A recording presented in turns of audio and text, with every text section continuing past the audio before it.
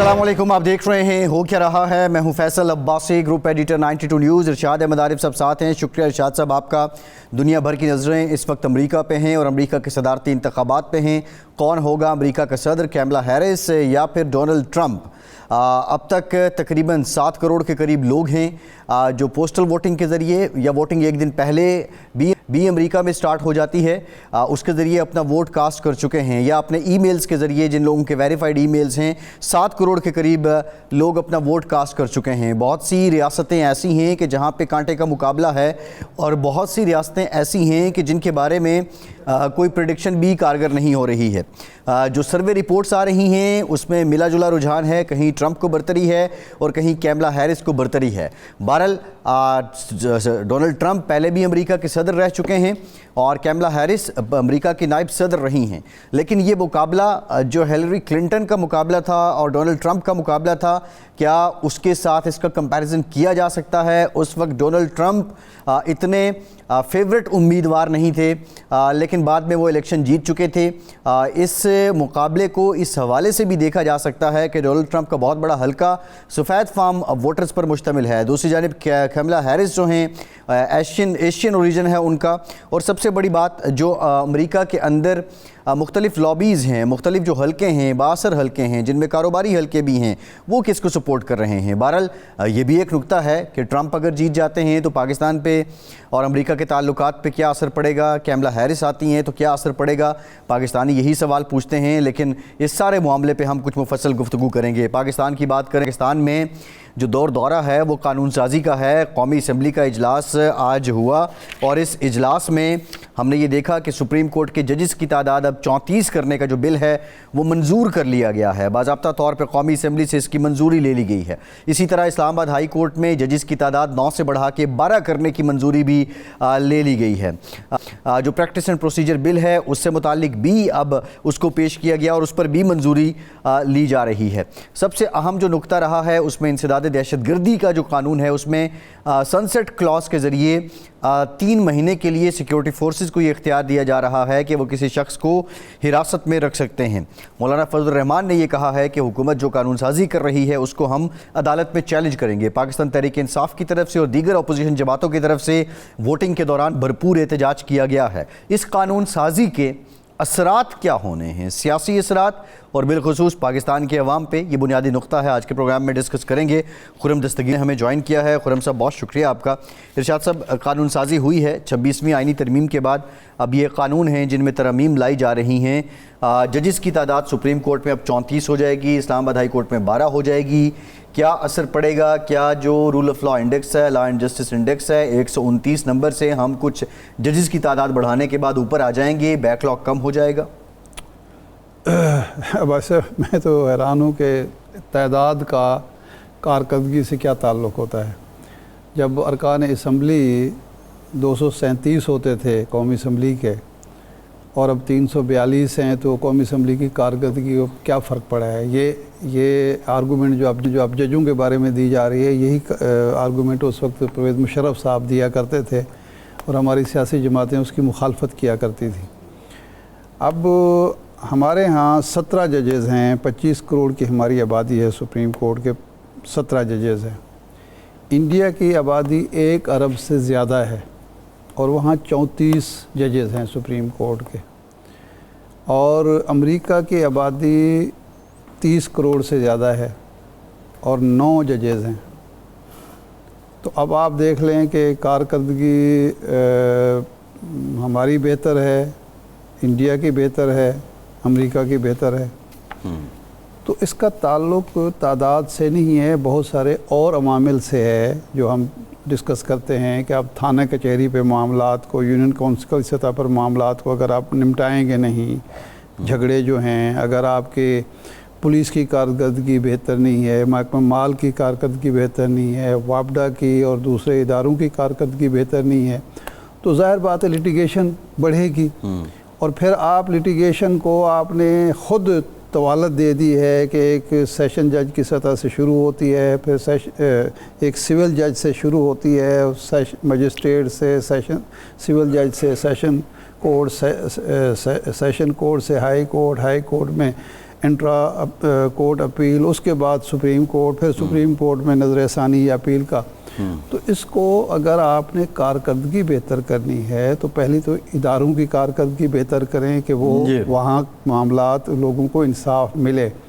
फिर ये high court में आप इंटर कोर्ट अपील को आखिरी अपील क्यों नहीं समझते?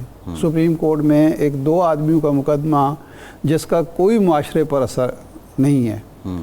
सुप्रीम कोर्ट जो होती है, बेसिकली सुप्रीम कोर्ट का मतलब ये है कि कौमी सतह के मामलात को वो डील करती है। ऐसे हुकूमत और शहरी के दरमियान जो मामलात होते हैं या सूबाई हुकूमतों और मरकज़ी हुकूमतों के दरमियान मामलात होते हैं, जो आइनी मामलात होते हैं, उसको सुप्रीम कोर्ट डील करती है। लेकिन हाँ, यहाँ जो है हर आदमी जो है जिसके पास पैसे हैं वो सुप्रीम कोर्ट कर जा सकता है और उसके बाद वो तवालत अख्तियार कर सकता है। तो मेरा नहीं ख्याल कि इससे कोई बेहतरी होगी। ये सिर्फ हुकूमत आज जो कुछ कर रही है, अभी तो वैसे ट्रैक रिकॉर्ड इस हुकूमत का, मौजूदा हुकूमत की बात कर रहा हूँ, ये है कि ये एक कानून साजी करती है और महीने बाद उसको एहसास होता है कि हमसे गलती हो गई और हमें इसमें तब्दीली करनी चाहिए। इस पर इसका एहसास भी उनको हो जाएगा किसी न किसी वक्त। सही। खुर्रम साहब, बुनियादी तौर पे बात यह है कि ये बड़ी एग्रेसिव किस्म की कानून साजी हम देख रहे हैं। मकासद इसके क्या हैं? आप 17 से 34 वॉल्यूम को आप डबल कर रहे हैं। जब आईनी अदालत की बात हुई थी तब ये बात की गई थी कि अखराजात बहुत हो जाएंगे, ऑब्वियसली यहाँ भी अखराजात बढ़ेंगे, लेकिन प्लान हुकूमत का क्या है? ये जो 34 जजेज़ आप ला रहे हैं, क्या वाक़तन आम लोगों को इंसाफ मिलेगा? 129 से हमारा कुछ नंबर बेहतर होगा, या जिस तरह आप पे तनकीद हो रही है कि आपके पॉलिटिकल मोटिव्स हैं और गवर्नमेंट को आप सिक्योर करना चाह रहे हैं? जी, जहां भी पार्लियामान अपना कदम उठाएगी वो वहां सियासत तो होगी और उसको पॉलिटिकल कहा जाएगा। लेकिन एक बात हमें सबको वाज़ेह होनी चाहिए जब हम फाजिल अदलिया के बारे में गुफ्तगू करते हैं, ये जो स्टेटस को था 26वीं आईनी तरमीम से पहले, क्या वो इतना ही खुशकुन और हमारे लिए बहुत पुरलुत्फ था और इतना अच्छा था कि हम कहते हैं ये तो बहुत अच्छे मामला चल रहे हैं, इसको ऐसे ही चलना चाहिए? और वो नहीं था। हर लिहाज से जो एक तवक्को थी 18वीं और 19वीं तरमीम के बाद कि अदलिया अपने मामलात को खुद चला सकती है, अदलिया की वाज़े और बरतर मुशावरत के बाद जजों का तकर्रुर होगा, और जो उम्मीद थी कि ना सिर्फ जो जजमेंट्स हैं, जो फैसले हैं, इनके मयार में इजाफा होगा, बल्कि जो तमाम पेंडिंग केसेस हैं उनमें भी कमी आएगी। और कहीं ना कहीं मेरे जैसे लोगों के जहन में एक ये भी था कि अदलिया जो है वो शायद अपनी खुद एहतसाबी कर सके कि सेशन कोर्ट सिविल कोर्ट को देखे कि वो किस किस्म के फैसले कर रहा है, और हाई कोर्ट इस पर कोई मंतकी मयार मुकर्रर करे कि जो सेशन कोर्ट्स हैं वो क्या फैसले कर रहे हैं, और सुप्रीम कोर्ट चारों हाई कोर्ट्स को देखे। ऐसा नहीं हुआ। इसी तरह जो बिल्कुल ही एक आखिरी जो कहते हैं ब्लू स्काई उम्मीद थी मेरे जैसे लोगों के जहन में, जिन्होंने 18वीं और 19वीं तरमीम को वोट दिया था, कि पाकिस्तान की अदलिया जमहूरियत को जो है तकवीयत देगी, वो भी नहीं हुआ। तो लिहाजा अब अगर पार्लियामान कानून साजी कर रही है, ये मैं बिल्कुल अरशाद साहब से एग्री करता हूँ कि ये जरूरी नहीं कि हतमी जवाब हो हर मसले का, लेकिन हमें बहरहाल एक नई सोच के साथ आगे बढ़ना है कि क्या अगर सुप्रीम कोर्ट पाकिस्तान में 17 के बजाय 34 जज होते हैं तो कितनी, और ये समझे ट्रायल है हमारा पार्लियामान का भी और सुप्रीम कोर्ट का भी, तो क्या जो इस वक्त 59,000 कुछ केसेस पेंडिंग है सुप्रीम कोर्ट में, क्या वो अगले 2 से 3 साल में निपट जाएंगे? उनकी तादाद में वाज़े कमी आती है या नहीं आती? क्या जजों की जो क्वालिटी है उसमें मयार में बेहतरी आती है या नहीं आती? क्या वो जो अकाउंटेबिलिटी है अपने लोअर कोर्ट्स की वो कर पाते हैं कि नहीं कर पाते? तो ये सारे इश्यूज जो हैं, ये एसेंशली जो एक कोशिश की गई थी 18वीं और 19वीं तरमीम के बाद, और जो 14 साल में हम सब ने सबक सीखे हैं, अब हमें एक और हम जो है वो सब समझें इस कानून साजी के जरिए एक और देखने जा रहे हैं कि क्या जजों की तादाद बढ़ाने से ये मामला होगा।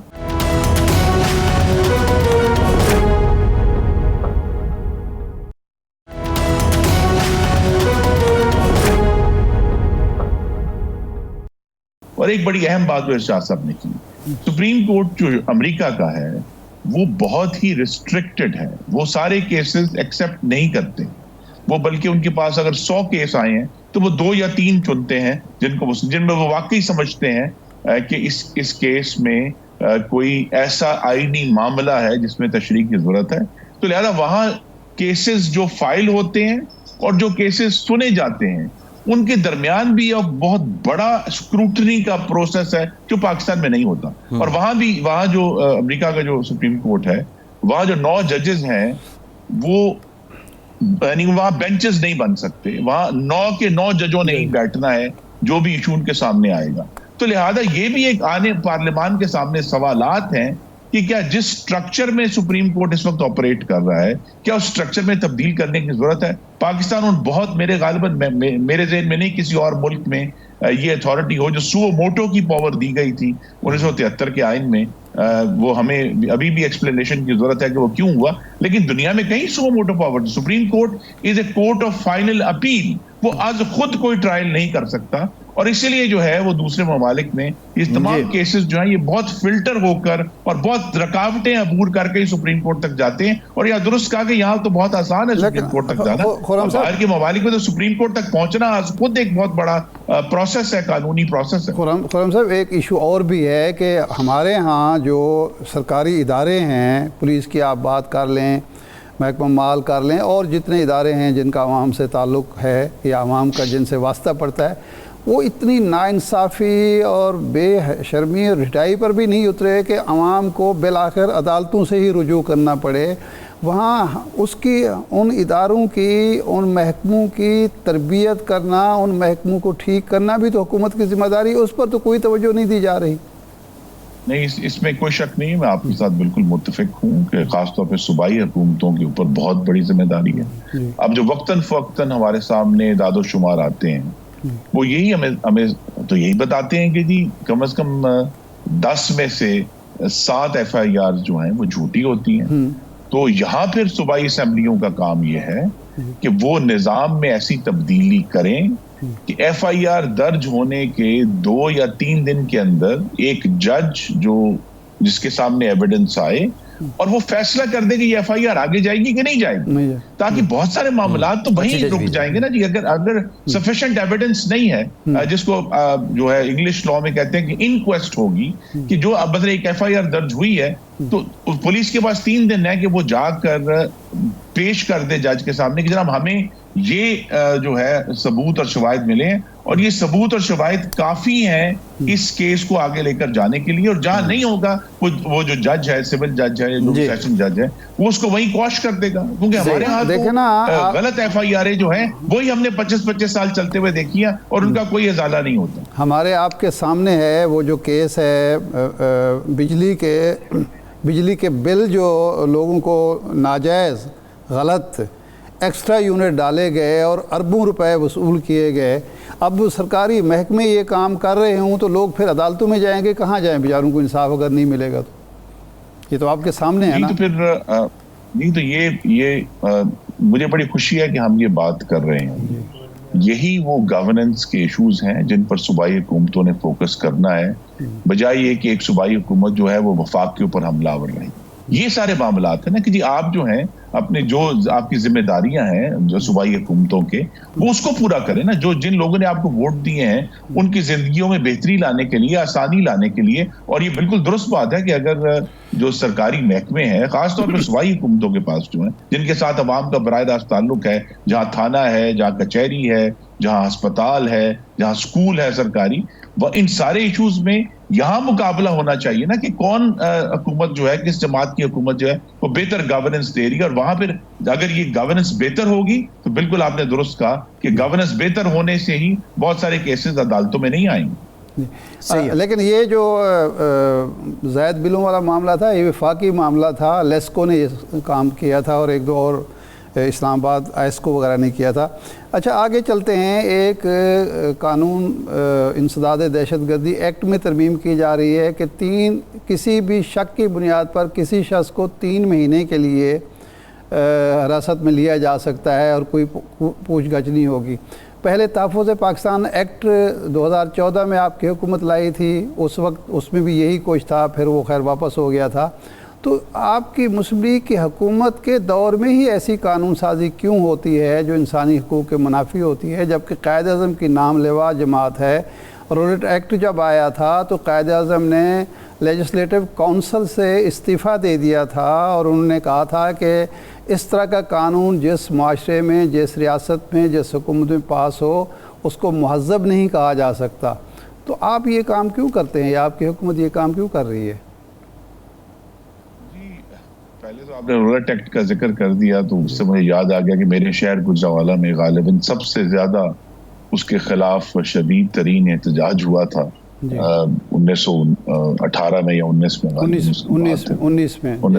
19 में जलियांवाला बाग जो है गुजरांवाला में शदीद तरीन एहतजाज हुआ था। इसकी बुना पे गुजरांवाला को ये एजाज भी हासिल है कि बरतानवी राज ने बमबारी की थी, एयर बमबारी, नए हवाई जहाज आए थे तो उस पर बमबारी। लेकिन जो असल आपने सवाल किया है कि मुस्लिम लीग नून को ये क्यों करना पड़ता है, शाह साहब, पाकिस्तान की जो दूसरी जमातों की हुकूमतें हैं वो दहशतगर्दी से लड़ने में नाकाम साबित हुई। जब भी सामना हुआ है ये भारी पत्थर जो कि पसंदीदा नहीं है किसी भी तरह। 2014 में भी जब हमें एक ऐसी सिचुएशन का सामना था, ना सिर्फ जो army public school Karachi Peshawar में, बल्कि कराची एयरपोर्ट पर उसी साल जून 2014 में एक बहुत भयानक हमला हुआ था, हमें भूल गया बहुत सारे लोगों को, और बार बार। तो लिहाजा वो जो उस वक्त की पीपल्स पार्टी हुकूमत थी उनकी और दूसरी अचीवमेंट अपनी जगह पर, लेकिन वो तो बिल्कुल उस मामले में दहशतगर्दी से निपटने में नाकाम थे। तो लिहाजा जब मुस्लिम लीग नून की हुकूमत आई तो मोहम्मद नवाज शरीफ ने ये भारी और नापसंदीदा पत्थर उठाया कि हमें जब हाकिमियत की जिम्मेदारी है तो फिर हमें ये जो मुश्किल काम है वो भी करनी है। और यही मामला अब उठा है कि जो तहरीक इंसाफ की हुकूमत के बहुत ही भयानक ब्लंडर थे, यानी फाश गलतियां थी, जिसमें तहरीक तालिबान को वापस लाना जो लेकर आए 2021 में, जिसके नतीजे में पाकिस्तान में दहशतगर्दी में जो वाज़े इजाफा हुआ है। तो लिहाजा एक बार फिर मुस्लिम लीग नून की हुकूमत से ये तवक्को है कि हम ये पाकिस्तान की जो हुकूमत जो है इससे निपटेगी। और ये भी सवाल बनता है कि जिस सूबे में 12 साल से एक जमात की हुकूमत है उनके ज़हन में क्या है, वो दहशतगर्दी से लड़ने का कोई उनके पास बेहतर तरीका है, बजाय ये कि वो इस वक्त तो दहशतगर्दों को भत्ता दे के वहाँ अपना वक्त गुजार दें। अच्छा, शरह सूद में एक बार फिर कमी हुई है जो एक खुशाइंद बात है, ज़ाहिर बात है, ख़ास तौर पर जो कारोबारी बिरादरी है उनके लिए बहुत मुफीद होगा कारोबार के लिए। लेकिन अभी तक हमने देखा है कि शरह सूद 23% से अब 15 तक आ गई है, लेकिन बाकी जो मामलात हैं वो नहीं हो रहे। जो सनती जमूद है, वो बिजली की कीमतें कम नहीं हो रही, बाकी जो मामलात कारोबारी हैं वो दुरुस्त नहीं हो रहे।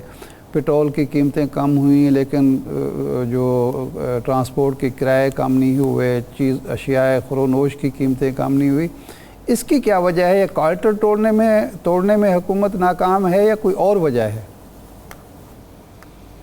जी, सबसे पहले तो हमें अल्लाह ताला का शुक्र अदा करना है कि पाकिस्तान में जुलाई तक सितंबर की जो सहमाही थी 24 साल के बाद फिस्कल सरप्लस जो है उसका हमने डिस्प्ले किया है। और ये बहुत बड़ा माइलस्टोन है कि मुल्क में 1.7 अरब 1700 अरब रुपए बल्कि 1.7 ट्रिलियन रुपीस का फिस्कल सरप्लस जो है वो रिकॉर्ड किया गया है। इसका फायदा जो है शेर सूद में कमी का, ये सिर्फ इरशाद साहब कारोबारी बरादरी को नहीं होगा, सबसे बड़ा फायदा उठाने वाली खुद हुकूमत पाकिस्तान है, जिसको पाकिस्तान के अंदरूनी कर्जे पर इस वक्त हमारे दिफाई बजट से कोई तकरीबन 4 गुना खर्च करना पड़ रहा। तो लिहाजा जितनी शरह सूद कम होगी उतना ही हुकूमत के ऊपर से जो बोझ है, जो इस साल तकरीबन 9700 अरब रुपए बजट में रखा गया था, उसमें कमी आएगी। तो हुकूमत के पास फिस्कल स्पेस जो है वो क्रिएट होगा और ये हम सब के लिए अच्छी खबर है। इसका मतलब ये है कि पाकिस्तान के अंदर वो मुआशी इस्तेहकाम और ठहराव आ रहा है, जिसकी बुनियाद पर फिर हुकूमत जो है आने वाले महीनों में हमारी तवक्को है वो सब काम कर पाएगी, जिसकी तरफ आपने तवज्जो दिलाई है कि बिजली की जो कीमतें हैं उनमें इस्तेहकाम रहेगा, वो बढ़ेंगी नहीं। और पेट्रोल की कीमतें जो है वो एक मुश्किल सब्जेक्ट है, इसलिए कि पेट्रोल की कीमतें मुकम्मल तौर पर बैनुल-अक़वामी मार्केट के कंट्रोल में है और पाकिस्तान उसमें अब कोई उसमें एडिशनल सब्ट्रैक्शन नहीं करता। उसके मुताबिक अगर वो इंशाल्लाह कम होती हैं तो वो उसका फायदा बराह रास्त अवाम को उसी वक्त 15 दिन बाद मिल जाएगा।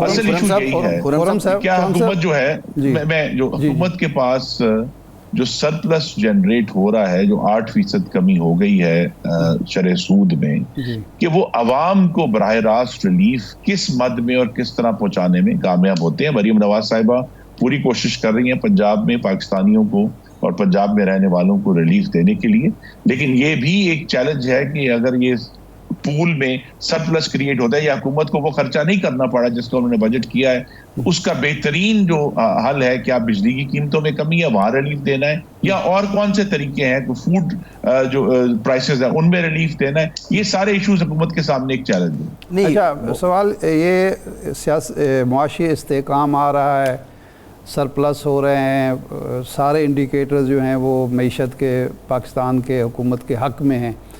PIA हम बेचना चाहते हैं, 85 अरब की हम जो है उसकी रिज़र्व प्राइस रखते हैं, 10 अरब का जो बोली होती है वो 1 अरब बढ़ाने के लिए भी तैयार नहीं होते और वो कहते हैं ये भी हम एहसान कर रहे थे हुकूमत पर, और बाहर से एक भी ख़रीदार नहीं आता। 5 ख़रीदार जो बोली में पहले शिरकत करते हैं वो आखिर में विड्रा कर जाते हैं, एक ख़रीदार रह जाता है। ये क्या मतलब है कि हमारी इकॉनमी पर, हमारी हुकूमत पर, हमारे इक़दामात पर, पॉलिसीज़ पर सरमायाकार अभी भी एतमाद करने के लिए तैयार नहीं है? जी, वो एतमाद करने के लिए तो तैयार है, इसीलिए इतने बिडर्स आए थे, लेकिन जो हुकूमत को ये जो बड़ा एक कदम है, अहम कलीदी कदम है PIA की निजकारी जो है, उसके लिए शहबाज शरीफ साहब उनकी काबीना को खुलकर, पार्लियामान का सेशन आज भी जारी था, तमाम हकायक जमीन पर रखने होंगे और खुलकर बात करनी होगी, क्योंकि इसमें अगर कोई कमी है इस सारे सब्जेक्ट में वो पब्लिक आर्गुमेंट की कमी है, जो आपने अवामी इस्तदलाल देना है कि ये सारा कुछ क्यों हो रहा है। और 85 बिलियन देखिए क्या होता है, ये और हमारी आंखों के सामने ये बहुत सारे इश्यूज मैंने देखे हैं कि जब भी किसी आप सरकारी असासे की जो सेल है उसके ऊपर 1000 किस्म के फिर जो है गुफ्तगू होती है, उसमें 1000 किस्म के गलतियां निकाली जाती हैं। और जिस तरह हमारी अमूमी बात है कि जब हुकूमत बेचने पर आती है और किसी कीमत पर बेचती है तो लोग कहते हैं नहीं हम तो इससे ज्यादा देने के लिए तैयार थे। जो सच बात है जो हुकूमत पाकिस्तान के अवाम के सामने रखनी है कि PIA की जो 85 अरब की वैल्यू, मुझे नहीं मालूम एग्जैक्टली क्या है, लेकिन उसके जो फाइनेंशियल नंबर्स हैं वो बेहद भयानक हैं और लिहाजा आप ये कैलकुलेट करते हैं, देखिए जी वो तो एयरपोर्टों में उसके पास स्लॉट्स भी हैं, उसके पास कुछ प्रॉपर्टीज भी हैं, तो क्या वो 85 अरब की नहीं है? लेकिन जिस जो एयरलाइन जो इतने सालों से सैकड़ों अरब का खसारा, 115 अरब का गालिबन सालाना खसारा हो रहा है करती है, तो लिहाजा उसकी एक्चुअल वैल्यू तो बहुत ही कम है।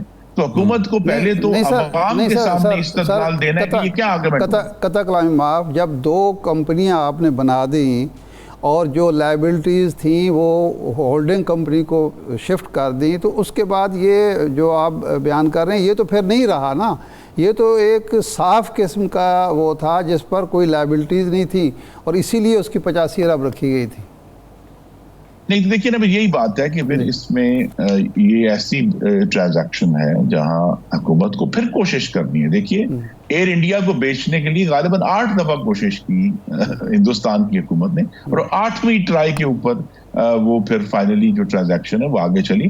तो लिहाजा हमें इस पर फौरन जो है मातम शुरू नहीं करना। अगर हुकूमत ने एग्री करने, और आई थिंक जो नेक्स्ट चैलेंज है, नेक्स्ट स्टेप है वो यही है कि किसी बैनुल-अक़वामी अकाउंटिंग फर्म को हायर करके जो नंबर्स हैं बुनियादी, 10 है कि 85 है, उस पर हमें एग्री करना है, क्योंकि हुकूमत अगर इस पर इंसिस्ट करेगी कि 85 अरब है और जो निजी जो मुस्लिम ग्रुप्स हैं जो बने थे जिनमें फॉरेन जो है इन्वेस्टर्स भी मौजूद थे बड़ी तादाद में, वो अगर उनकी कैलकुलेशन में फर्क है तो असल पहले कैलकुलेशन का फर्क निकाल कर फिर बिडिंग में आना चाहिए। जी ठीक। ठीक, बहुत शुक्रिया खुरम दस्तगीर साहब। दुनिया भर की नज़रें अमरीकी सदारत के इंतखाबात पर हैं। अमरीकी सदर के लिए कैमला हैरिस और डोनाल्ड ट्रंप मद्दे मुकाबिल हैं। अब तक 7 करोड़ 50 लाख के करीब लोग वोट कास्ट कर चुके हैं पोस्टल वोटिंग के ज़रिए, या फिर इजाज़त होती है एक दिन पहले भी, पोलिंग डे से एक दिन पहले भी वोट कास्ट करने की, या फिर जो वेरीफाइड ईमेल्स हैं उसके ज़रिए भी लोग अपना वोट कास्ट कर रहे हैं। जो सर्वेज़ हैं वो कहीं कैमला हैरिस को ऊपर दिखाते हैं, कहीं डोनाल्ड ट्रंप को, लेकिन क्या ट्रंप कोई सरप्राइज़ दे सकते हैं, वो वाइट हाउस लौट सकते हैं? क्योंकि ये भी एक सवाल है कि अगर ट्रंप वाइट हाउस नहीं आते तो वो अगर मुमकिन तौर पे फिर जेल भी जा सकते हैं। शाहिद खान साहब डेमोक्रेट रहनुमा हैं, वो भी प्रोग्राम में हमें ज्वाइन कर रहे हैं, उनसे भी हम जानेंगे। लेकिन इरशाद साहब, 2016 में भी कोई ऐसी सिचुएशन थी, आउट ऑफ ब्लू ट्रंप साहब आ गए फिर सामने, तो अब की बार क्या लग रहा है आपको? अच्छा, उस वक्त तो ये था कि बाकायदा हिलरी क्लिंटन को जितवाया जा रहा था। बहुत कम लोग थे जो ये तवक्को करते थे कि ट्रंप, पहले तो ट्रंप की नॉमिनेशन पे शक था कि ग्रैंड ओल्ड पार्टी उनको नॉमिनेट भी करेगी या नहीं करेगी। हाँ, वो फिर उसके बाद ये था कि इलेक्शन वो जीत पाएंगे, लेकिन वो जीत गए।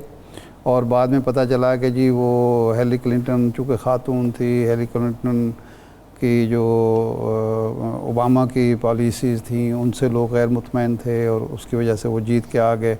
तो अब देखते हैं कि क्या होता है। लेकिन मेरे ख्याल शाहिद खान साहब जो डेमोक्रेट हैं और बड़े फ़ाल हैं अमरीकी सियासत में भी, पाकिस्तानी हैं, उनसे हम पूछते हैं शाहिद खान साहब कि ये फरमाएं कि इस वक्त जो सर्वेज़ और पोल्स वगैरह आ चुके हैं, आपकी असेसमेंट क्या है, क्या इंतखाबी नताइज मुतवक्के हो सकते हैं, क्या इस दफ़ा भी सरप्राइज़ देंगे ट्रंप साहब?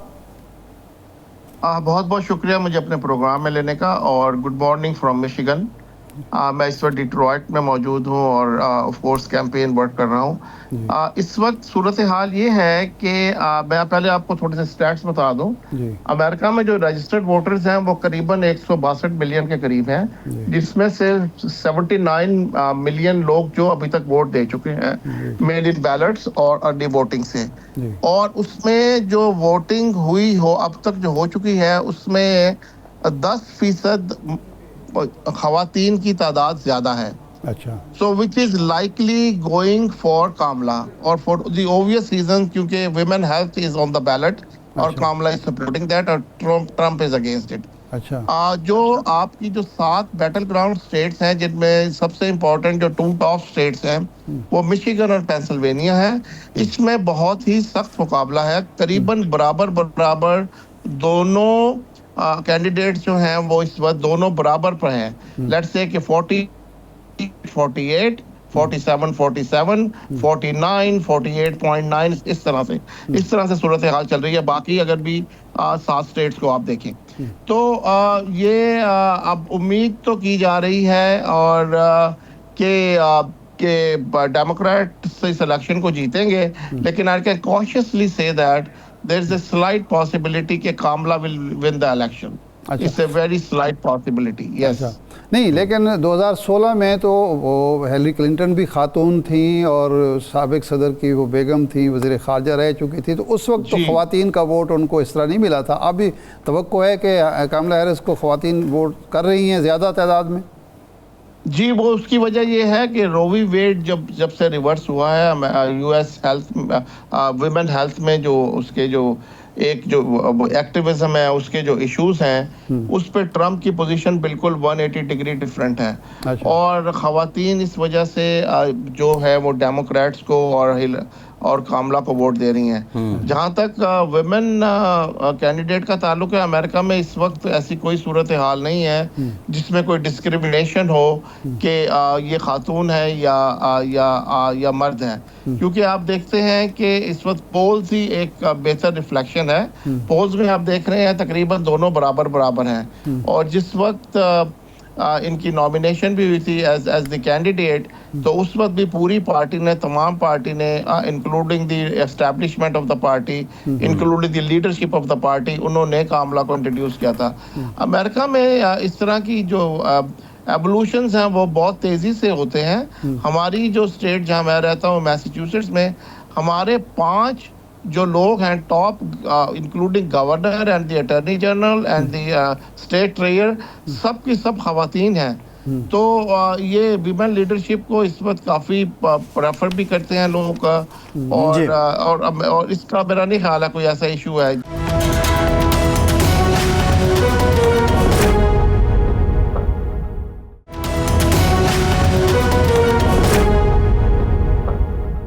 शाह साहब, इल्ज़ाम लगा ग्रैंड ओल्ड पार्टी की तरफ से कि न्यूयॉर्क में और कैलिफोर्निया में धांधली हो रही है, तो ये धांधली किस नौइयत की है? क्या मशीन में कोई गड़बड़ है, वोटिंग मशीन में जो गड़बड़ ये ट्रम्प जो ये कहते हैं ना धांधली, उनका मतलब ये होता है कि ये जो मेल इन बैलेट्स हैं ये क्योंकि जनरली फेवर करते हैं डेमोक्रेट्स को, तो उनका ख्याल है कि ये धांधली हो रही है, इसको वो धांधली कहते हैं। हालांकि इसे फुल प्रूफ सिस्टम अमेरिका में जो one man one vote is a very very secret thing, इसके अंदर किसी किस्म के डाउट क्रिएट करना भी it's a criminal act actually.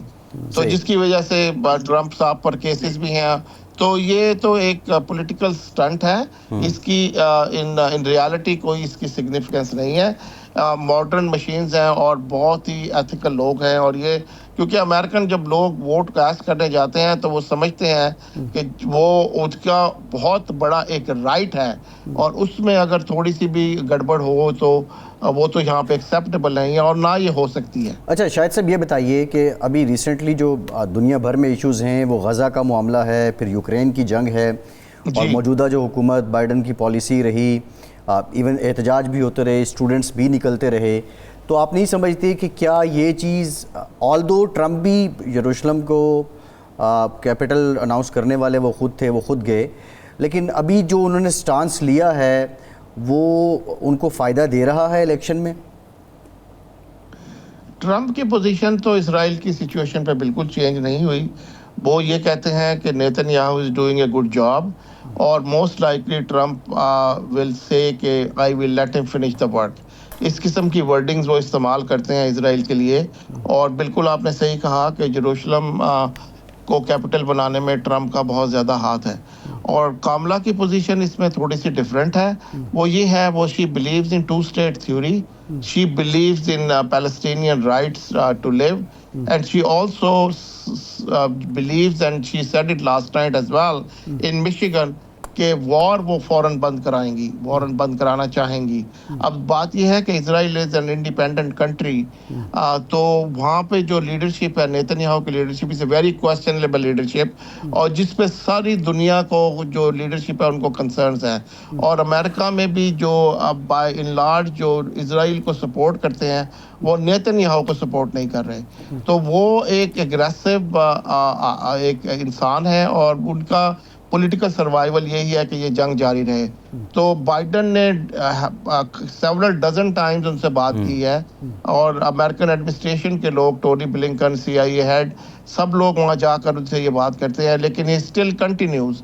तो वो मुश्किल नेतन्याहू भी एक बहुत बड़ी मुश्किल है, और इसराइल में भी उसके खिलाफ मुजाहरे हो रहे हैं, अमेरिका में भी हो रहे हैं, लेकिन ही कीप्स गोइंग। तो वो तो एक बहुत बड़ा मसला है। लेकिन ट्रम्प की और कामला की पॉलिसीज में फ़र्क है इसराइल के बारे में। सही है। अच्छा, ये फरमाएं कि अमेरिकी मुस्लिम जो हैं वो 40 हमारे सामने आए हैं फिगर, 42% यानी अक्सरियत जो है मुसलमानों की वो जलास्टन को वोट कर रही है या उसके हक में है। इन दोनों से मायूस है, ट्रम्प से भी और कामला से भी। इसकी क्या वजह है? वो समझते हैं कि दोनों जो हैं यूक्रेन जंग में भी और उसमें गज़ा में भी नाकाम रहे हैं। देखिए, जिल स्टाइन की जो पोजीशन है वो तो एक एक अनयूजुअल किस्म की फिगर है, और वो हर किस्म के इलेक्शन में वो पार्टिसिपेट करते हैं। तो मुसलमान जिस तरह से ये आप कह रहे हैं, कुछ ये इस किस्म की खबरें और इस किस्म के एक्टिविस्ट जो ईमेल्स वगैरह भेजते रहते हैं, जिस टाइम को वोट करना तो वोट ज़ाया करने वाली बात है, उसका तो कोई सिग्निफिकेंस भी नहीं होगी और उसका कोई असर भी नहीं होगा। However, Muslims will be much better of if Kamla is in the white house.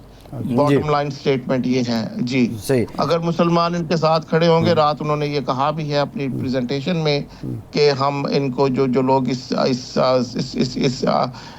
Stance को सपोर्ट करते हैं, हम उन्हें will provide them seat on the table. सही है। शायद अच्छा, ये फरमाएं कि बाइडन दौर में पाकिस्तान अमेरिका के ताल्लुकात में एक तातुल आया, बल्कि इल्ज़ाम लगता है कि रजीम चेंज में भी बाइडन हुकूमत का एक किरदार था।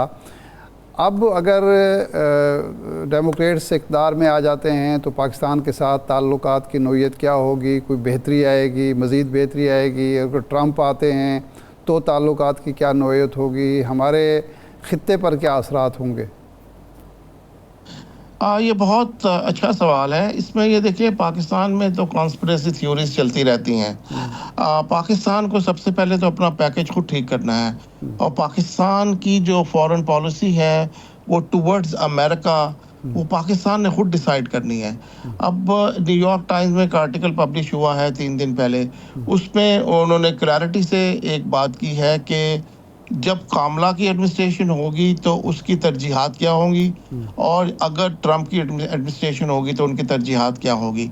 हमें पाकिस्तान में और पाकिस्तानियों को दे शुड वर्क बैकवर्ड, और वो अमेरिका की सोच देखते हुए अपनी पॉलिसीज को बनाएं। अमेरिका के लिए पाकिस्तान एक बहुत इंपॉर्टेंट कंट्री है, पहले भी था, अब भी है, हमेशा रहेगा।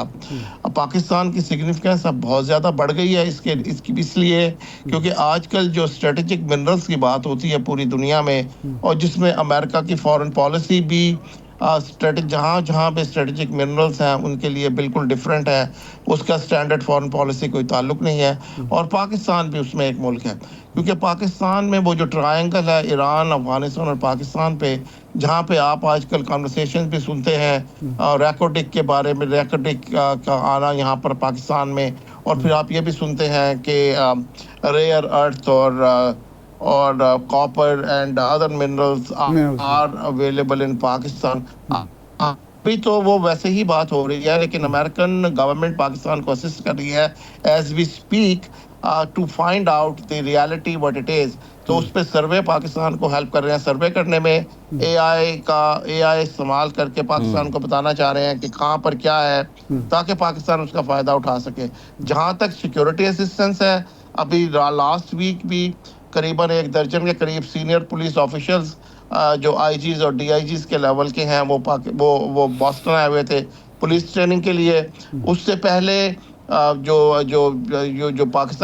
पाकिस्तानी मिलिट्री की लीडरशिप है वो सेंटकॉम का दौरा कर गई है, और इसी तरह से ये सिलसिला चलता रहता है। जो सिक्योरिटी में असिस्टेंस है वो हमेशा रहेगी। अभी रिसेंटली अमेरिका ने $300 मिलियन की नई टर्बाइन, जनरल इलेक्ट्रिक की टर्बाइन सरवेला डैम में लगाई हैं। और ये जो बाकी हमारे जो आर्ट्स एंड कल्चर से रिलेटेड इंस्टीट्यूशंस हैं, जिसमें मोहनजोदारो भी है, और जिसमें टैक्सला भी है, और आर्ट्स से रिलेटेड इंस्टीट्यूशंस हैं, और जो क्या कहते हैं, जो श्राइन्स हैं, उसमें भी अमेरिकन असिस्टेंस डेवलप हो रहे हैं। शायद साहब ये शायद साहब लास्ट क्वेश्चन ये है, ये बताइए, आपने कॉन्स्पिरेसी थ्योरी का जिक्र किया, यहाँ पे बहुत से एनालिस्ट ये कहते रहे कि नवंबर के बाद ट्रंप सदर बन जाएगा और एक टेलीफोन कॉल आएगी और पाकिस्तान का जो सियासी इस वक्त नक्शा है वो बदल जाएगा। ये बताइए कि ट्रंप अगर सदर बन जाते हैं, कोई टेलीफोन कॉल आएगी और उसके नतीजे में अडियाला में कैद बानी पीटीआई की रिहाई अमल में आ जाएगी? ये तो एक बड़ी अनयूजुअल सी बात है, और ये ऐसे ना अमेरिका में होता है, ना अमेरिका में कभी हुआ है। और जिनकी ये परसेप्शन है, मेरा ख्याल है वो जिन लीडर साहब की वो बात कर रहे हैं, मेरे ख्याल है उन लोगों को उनसे ज़रूर मशवरा करना चाहिए ये बात करने से पहले कि उनका इस बारे में क्या ख्याल है। तो वो आपको सब क्लैरिटी से वो सारी बात समझा देंगे। उन लीडर का जो है वो ट्रंप के साथ इंटरैक्ट कर रहा है। शाहिद खान, माजी में सदर क्लिंटन ने ऐसा किया ना, सदर क्लिंटन का फ़ोन आया, सदर क्लिंटन के उसके बाद शाह अब्दुल्ला और रफ़ीक हरीरी जो है वो एक्टिव हुए, और नवाज शरीफ साहब जो सऊदी अरब चले गए। माजी में तो ऐसा हो चुका है ना? जी बिल्कुल सही है ये बात। वो जो डेमोक्रेटिक एडमिनिस्ट्रेशन हमेशा डेमोक्रेसीज को सपोर्ट करती हैं, और ये बात आपकी बिल्कुल ठीक है। उस वक्त जब वो टेक ओवर किया था, नवाज शरीफ साहब की गवर्नमेंट थी और मुशर्रफ साहब ने टेक ओवर किया था, तो American administration was very unhappy, क्योंकि उस सारे प्रोसेस में बिल क्लिंटन एंगेज थे उससे पहले भी, क्योंकि आपको वो जो एक जो वहाँ पर एक्शन हुआ था इंडिया में, हाँ 4 जुलाई में 4 जुलाई मीटिंग 4 जुलाई मीटिंग नहीं, हाँ जी 4 जुलाई की मीटिंग, जो कि क्लिंटन ने ये मुझसे पर्सनली ये इसकी सारी डिटेल्स भी शेयर की हुई हैं। तो वो जो मीटिंग थी 4 जुलाई को मीटिंग्स नहीं करते अमेरिकन प्रेसिडेंट, और अमेरिका के लिए वो एक बहुत इम्पोर्टेंट हॉलीडे होती है, वो फैमिली हॉलीडे होती है। लेकिन वो इतनी एक अर्जेंट सिचुएशन, तो वो क्योंकि इसमें एंगेज थे तो वो वही वाज वेरी अपसेट कि जो नवाज शरीफ साहब के साथ हुआ, जो डेमोक्रेसी के साथ हुआ, और फिर वो पाकिस्तान भी आए, इंडिया के बाद वो पाकिस्तान में रुके, और उन्होंने उस वक्त के जो प्रेसिडेंट थे जो भी इन चार्ज थे उस वक्त पाकिस्तान के, उनसे मिलने से भी इनकार कर दिया था। तो ये बात आपकी बिल्कुल ठीक है, लेकिन ये जो इस वक्त की सूरत हाल है उस पर ये अप्लाई नहीं होती। अच्छा जी चाहिए, ठीक है। बहुत शुक्रिया शाहिद अहमद खान साहब, आपका टाइम खत्म हो गया। बहुत शुक्रिया आपका। आज के प्रोग्राम से इतना ही, इजाज़त दीजिए।